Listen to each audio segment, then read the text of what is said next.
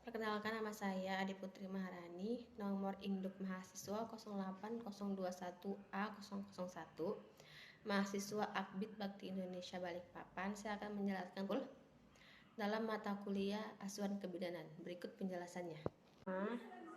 Sebelum saya menjelaskan bagian-bagian panggul, saya akan menjelaskan tentang pengertian panggul. Panggul adalah sebuah cincin tulang yang menopang tulang belakang dan melindungi bagian perut. Bagian tubuh ini berada tepat di dasar perut atau antara perut atau punggung bawah dan tungkai kaki, otot kaki, punggung dan perut. Melekat ke bagian panggul. Tulang ini berfungsi sebagai penyangga berbagai organ dalam sistem pencernaan dan reproduksi. Selain itu, panggul juga menjadi penyambung antara tubuh bagian atas. Bentuk rongga panggul adalah oval. Yang memimpi adalah dari diameter bagian depan ke belakang. Hal ini dapat menyebabkan janin melewati panggul dan dengan posisi kepala melintang. Baik, di sini saya akan menjelaskan tentang tulang panggul wanita. Tulang panggul wanita terdiri dari 3 tulang besar, yaitu ada os coxa, os sacrum, dan os coccygeus. Pada os coxa terdiri atas 3 bagian, yaitu os ilium, os scium, dan os pubis. Di antara os ilium dan os scium itu dibatasi oleh acetabulum. Kemudian mengapa disebut os ilium? Karena di sini merupakan tempat melekatnya usus. Kemudian os scium itu adalah tulang duduk. Sementara os pubis adalah tulang kemaluan. Pada os ilium terdiri atas crista iliaca, spina iliaca anterior superior, spina iliaca anterior inferior, spina iliaca posterior superior, spina iliaca posterior inferior.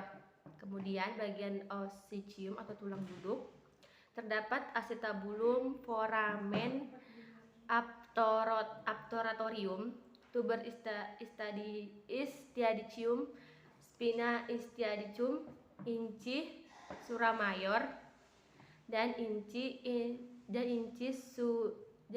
sura minor. Kemudian di bagian os pubis ada simfisis pubis, merupakan penghubung antara pubis kanan dan pubis kiri. Terus os pubis merupakan tulang kemaluan. Kemudian di sini terdapat ramus superior. Dalam ramus superior terdapat antur pubis yang membentuk 90 derajat, dan kemudian di sini ada tuberculum pubicum, kemudian os sacrum. Di os sacrum terdapat promontorium, foramen sacralis, sayap sacrum, articulatio sacra iliaca yang merupakan penghubung antara os ilium dan os sacrum.